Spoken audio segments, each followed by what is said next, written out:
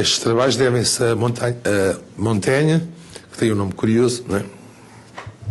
Porque até podia ser o nome da Assembleia Constituinte Francesa, não é? Dos Montagnards. Sabe porque se chamava Montagnard? Porque era a parte mais alta da Câmara da Assembleia Constituinte. Montanha, não é?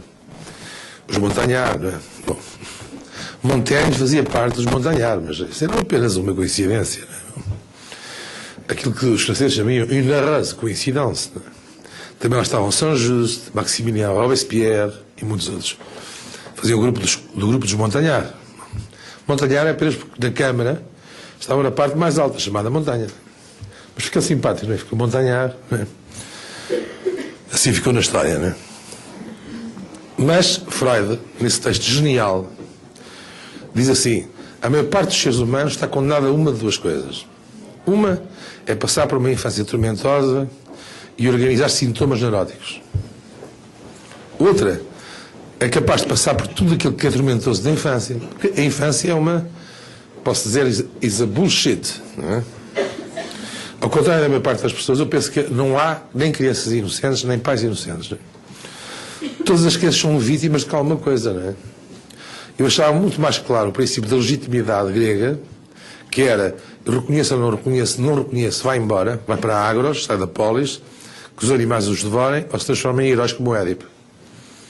Agora nós vivemos num mundo hipócrita, de ao menos, em que se pensa até coisas tão estúpidas como os pais serem iguais às mães.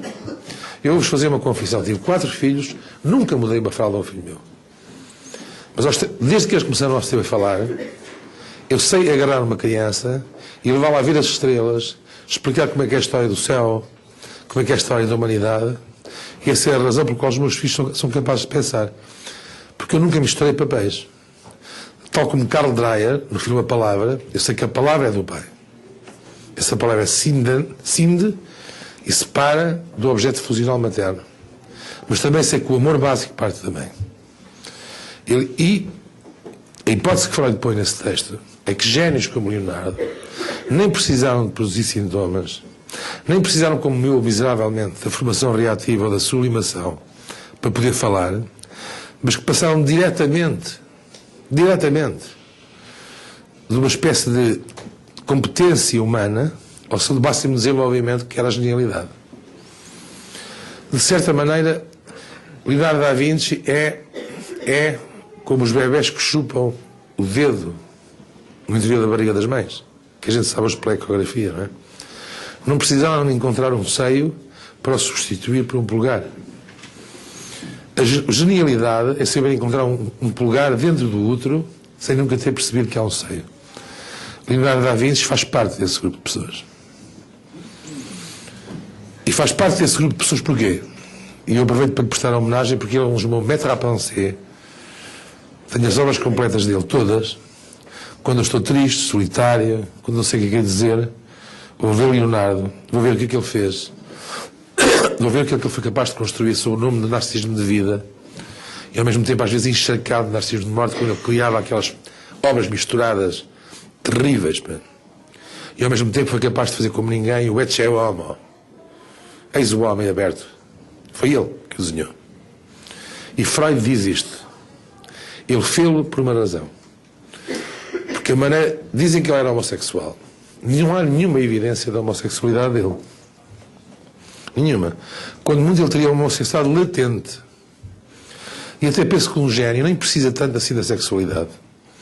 Porque a imortalidade que eles têm, se calhar às vezes basta-os muito mais do que isso. Porque ele passou, não precisou disso para ser. Ele bastou de ser gênio, apenas gênio. Por isso pode conceber desde os primeiros aviões, os primeiros canhões, mas também a Gioconda,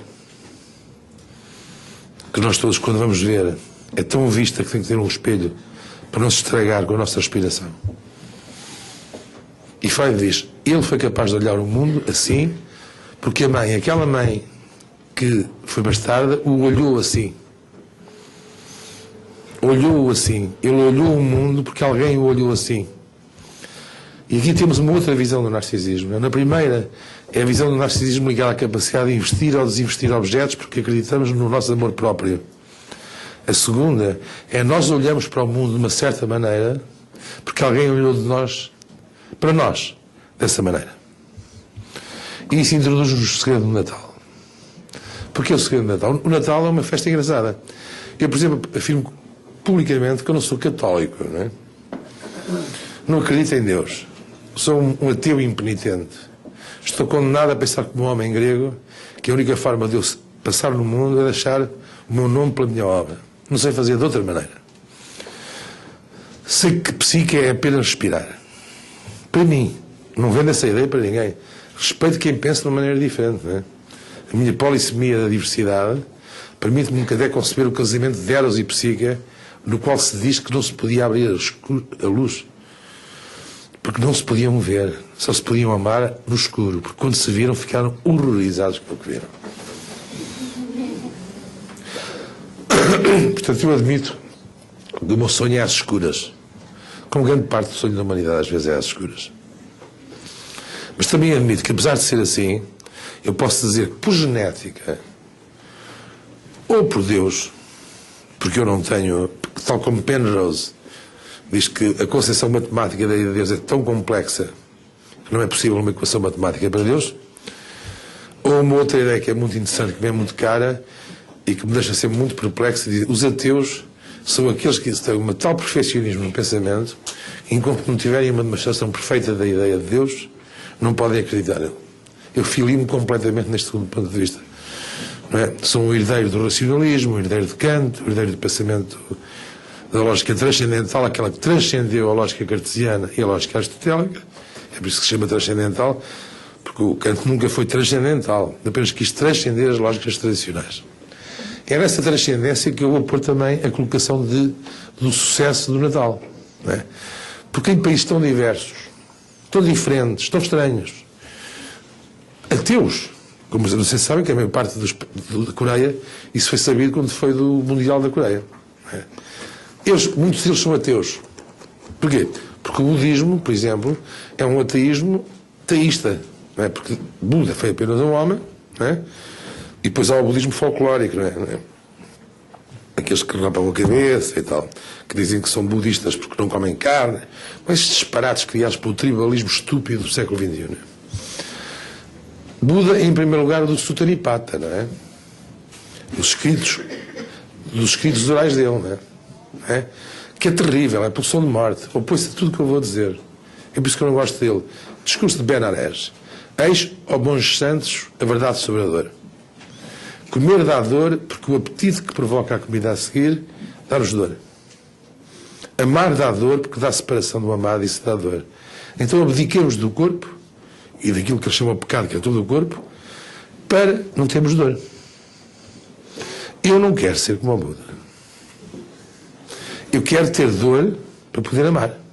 Porque não há dor sem amor e não há amor sem dor. E a história do Natal é exatamente isso. Não é?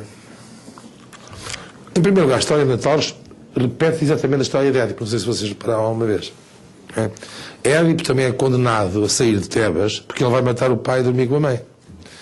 Jesus é condenado a ser morto, não é? Por isso que eles fogem lá para aquela coisa que não lembro sei o nome porque eu conheço mal a mitologia do Novo Testamento, só conheço bem a do Velho Testamento. Sei o Levítico, sei os 50 e tal livros da verdadeira Bíblia. Né? A outra é a invenção dos cristãos. Né? A Bíblia eu sei, a Universidade Hebraica de Jerusalém, a revista, essa eu sei e leio-a. A outra nem a sei, nem a quero saber. Mas tanto quanto eu ouvi dizer, não é? Vai falar numa caverna em Belém, não é? Em Belém, que se chama em hebraico Beta-Saída, não é? Mas que se chama agora, chama-se Belém. Está bem, não me importa. Não me importa. Chama-se Betsaida.